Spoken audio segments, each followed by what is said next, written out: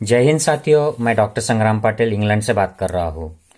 साथियों, वायरस का जो पैंडेमिक शुरू हुआ है दिसंबर 2019 से, यह चाइना से इसकी जर्नी शुरू हुई है और पूरी दुनिया एक ग्लोबल हो गई है आजकल। तो एक किसी कॉर्नर में दुनिया के कहीं वायरस का आउटब्रेक हो जाता है और वहाँ से अगर लोग ट्रैवल कर जाते हैं अलग अलग पार्ट्स में, तो ये ग्लोबली इसका रिलेवेंस हो जाता है।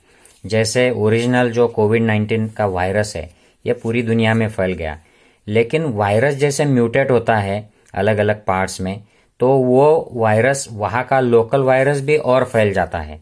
ओरिजिनल वायरस तो रहता ही है और उसके बाद में ये म्यूटेंट वेरिएंट जो रहते हैं ये भी फैलते हैं।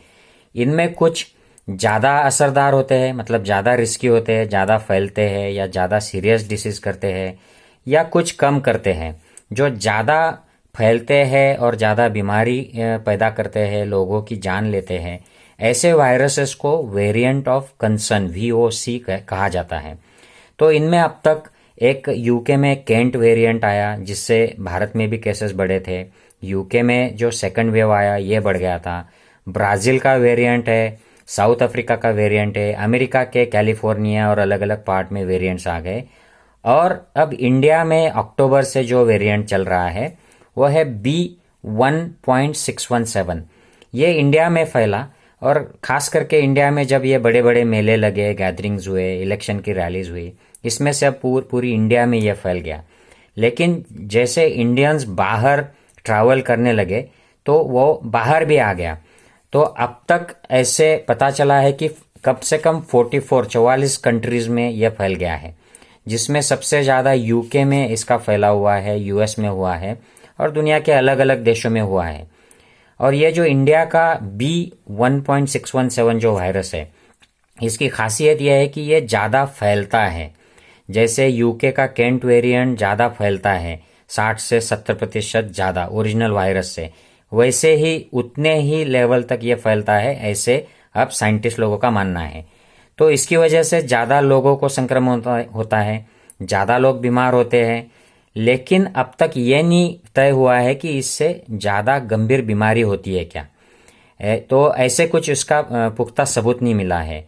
दूसरी बात यह है कि इस वायरस को जो दवाइयाँ है, स्टेरॉइड और बाकी जो ट्रीटमेंट की जा रही है, ये उतना ही रिस्पॉन्स करती है या नहीं, ये भी फिक्स नहीं है। कुछ लोगों को ऐसा डाउट है कि शायद ये ट्रीटमेंट को थोड़ा बहुत रेजिस्टेंट करता हो, लेकिन इसके भी अभी कोई ठोस आधार सामने नहीं आया है इसके लिए।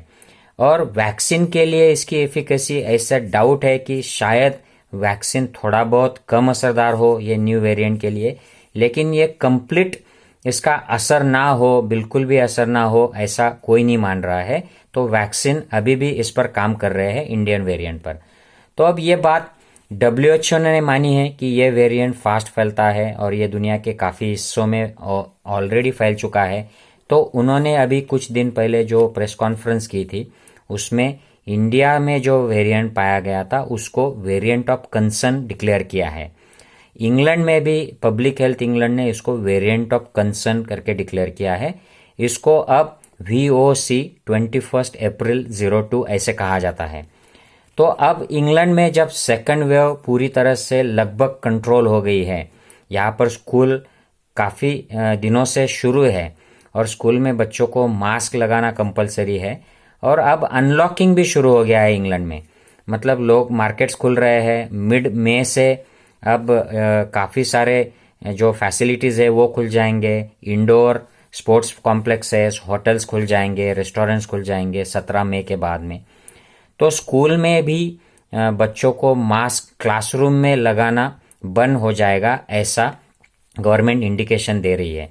लेकिन एक तरफ ये इंडियन वेरिएंट यूके में फैल रहा है, बोल्टन, लंदन, जहाँ पर इंडियन कम्युनिटी रहती है, ऐसे जगह पर इसका फैलाव बढ़ गया है।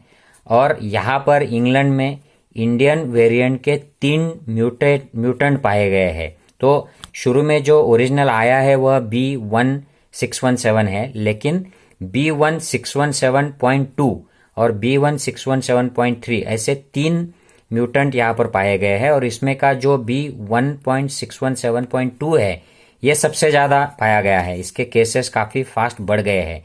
तो इसके लास्ट जो आंकड़ा था ये 520 केसेस पाए गए थे इसके। तो ये एक इसकी चिंता यहाँ के पब्लिक हेल्थ को है, डॉक्टर्स को है, जो मेडिकल फील्ड के जो इंटेलेक्चुअल्स है उनको है। तो गवर्नमेंट जब कहती है कि मास्क क्लासरूम में से हटाया जाए बच्चों का, लेकिन बाकी जो एरियाज है जैसे कैंटीन है और जहाँ पर बच्चे आपस में घुल मिल जाते हैं वहाँ पर मास्क रहने दिया जाए। तो एक्सपर्ट्स का अभी ये कहना है कि क्लासरूम में भी मास्क अभी रखने चाहिए इस महीने और अगले महीने सब कुछ अगर ठीक रहता है तो मिड जून में मास्क बंद करने चाहिए। नहीं तो ये जल्दबाजी होगी और बच्चों के द्वारा फिर जो बचे हुए लोग हैं, घर के लोग रहते हैं जो एट रिस्क रहते हैं, उनमें ये वेरिएंट अगर फैलता है और अगर वैक्सीन को ये ठीक से रिस्पॉन्स नहीं करता है तो और एक वेव पैदा हो सकती है इसकी वजह से, ऐसा इनका मानना है। लेकिन कुछ लोगों का ऐसा मानना है कि ये बहुत ज़्यादा रिस्क नहीं होगी, बहुत बड़ी इससे दिक्कत नहीं होगी। तो अब ये देखते हैं कि अगले हफ्ते में गवर्नमेंट क्या डिसीजन लेती है। तो साथियों, समरी यह है कि इंडियन वेरिएंट जो है ये थोड़ा सा ज़्यादा फैलता है लोगों में। शायद ये ट्रीटमेंट को कम रिस्पॉन्ड करता हो, शायद ये वैक्सीन को थोड़ा बहुत कम रिस्पॉन्ड करता हो, लेकिन एक बात तय है कि ये ज़्यादा फैलता है। तो हमें सावधानी रखनी चाहिए कि मास्क लगाकर ही बाहर निकले। अगर किसी को लक्षण आ जाते हैं, बुखार, खांसी, तो आप जल्दी से जल्दी खुद को सेल्फ आइसोलेट उसी दिन कर ले और टेस्टिंग करा ले। और अगर आपका टेस्ट पॉजिटिव आ जाता है तो आपके लक्षण क्या है उसके हिसाब से ज़्यादातर लोगों को कुछ ट्रीटमेंट नहीं लगती है।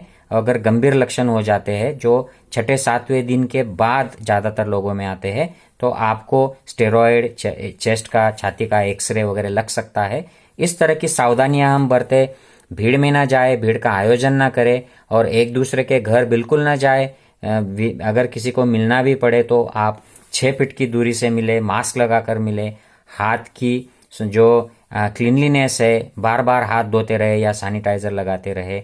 इन सिंपल चीज़ों का अगर हम ध्यान रखें तो हम इससे बच सकते हैं। संक्रमण कम से कम होगा तो कम से कम लोग बीमार हो गए और हमारी जो हेल्थ सिस्टम पे जो अब प्रेशर आ गया है, लोड आ गया है, ये भी कम हो जाएगा।